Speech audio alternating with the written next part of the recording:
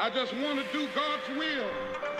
This is my last book. That's the Franklin Man, the CBS Evening News. To me, it's a moment for which I long planned, but which nevertheless comes with some sadness.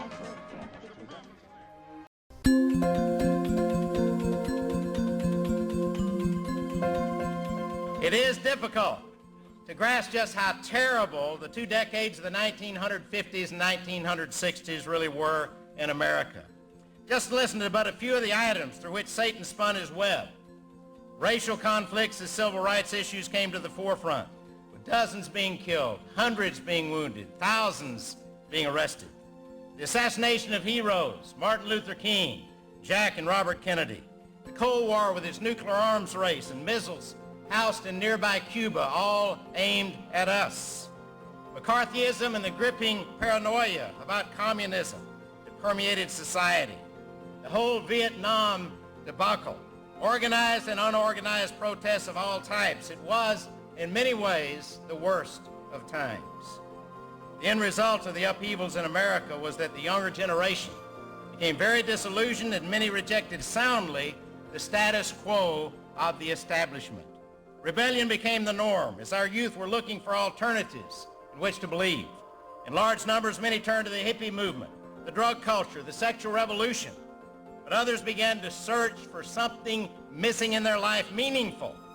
So they began to search for the God who was obviously not in their value systems. When I, as a mainline church, 17-year-old rising freshman at the University of Florida, went to that first seminar in 1967, my reaction shows you what the mainline church felt. I was blown away by the challenge. Every Christian should be evangelistic, and your sharing of your faith should come from a relationship with God that brings great joy in your heart. They were talking another language. I was rocked to my core and went home excited about what I knew was going to happen that fall, but really fearful and apprehensive of what it might mean for my life. Oh, there's a lighting from the window and it shines down on the streets. There's a guy standing on the corner singing that good old harmony. I grew up in the Mainline Church of Christ. I think when I went to Gainesville, I really saw for the first time, I think, a level of commitment that I had not seen in any other church, and a real call for everybody to deny themselves and take up their cross daily, Luke 9:23. I saw a difference in their lives. I saw both the kind of commitment that they made to Christ as well as the love they had for each other. You know, I was really, for the first time, being challenged. It was our life. Christianity absolutely was our life for me to live as Christ. And in those early days, it was set in my heart that Christianity and our faith is something that's 24/7. After getting about 7 students in the fall of 1967, the 14th Street Church of Christ grew rapidly, later becoming the Crossroads Church. Throughout the 70s, large numbers of young women and men trained at Crossroads were sent out into mainline churches to start campus ministries. Meanwhile, the Crossroads Church grew to an attendance of upwards of 1,300 and a student group well over 300. But in the 80s, the church began to slow in its growth, and most of the staff who had helped build the ministry moved on to other opportunities in the ministry. Controversy.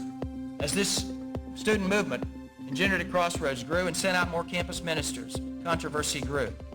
What were these controversies centering around? Number one, did every Christian really need to be evangelistic in order to be a true Christian?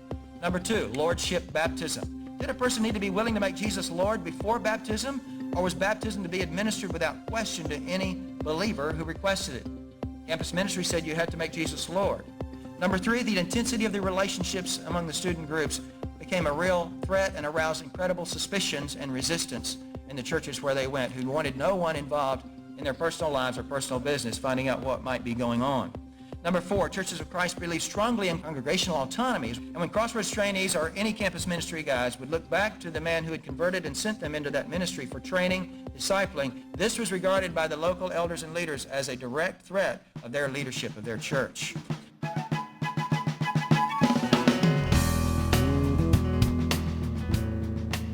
When Kip and Elena came to Boston, I believe that the friendship and unity and the family concepts, it was something that was falling on fertile ground because we were so desperate. People came from the main line, they came from the Christian churches, Crossroads campus ministries, all the other campus ministries, bus ministries, black churches, one-cuppers, all these different things. And see, what was amazing was in Boston was being called from all these different factions, people by the Holy Spirit. Many of us had gone into the ministry from the Crossroads Church with a passion and desire to plant campus ministries throughout the United States.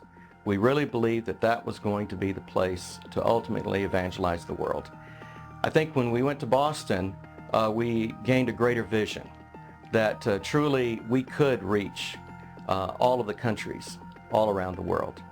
We see the multiplication of disciples, one disciple making another disciple.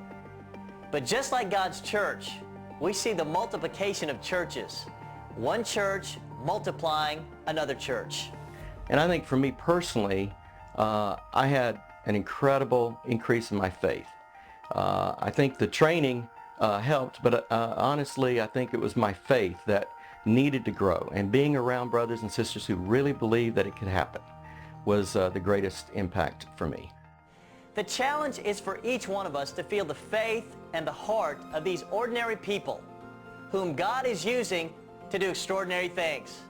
God is calling each one of us and simply saying to us, I have chosen you. God clearly used the Boston church to raise our vision of not only have a great campus ministry and a good church, but a church where everyone was a disciple. A church where there weren't different standards of commitment, and a vision not only to evangelize the campus, but the whole world.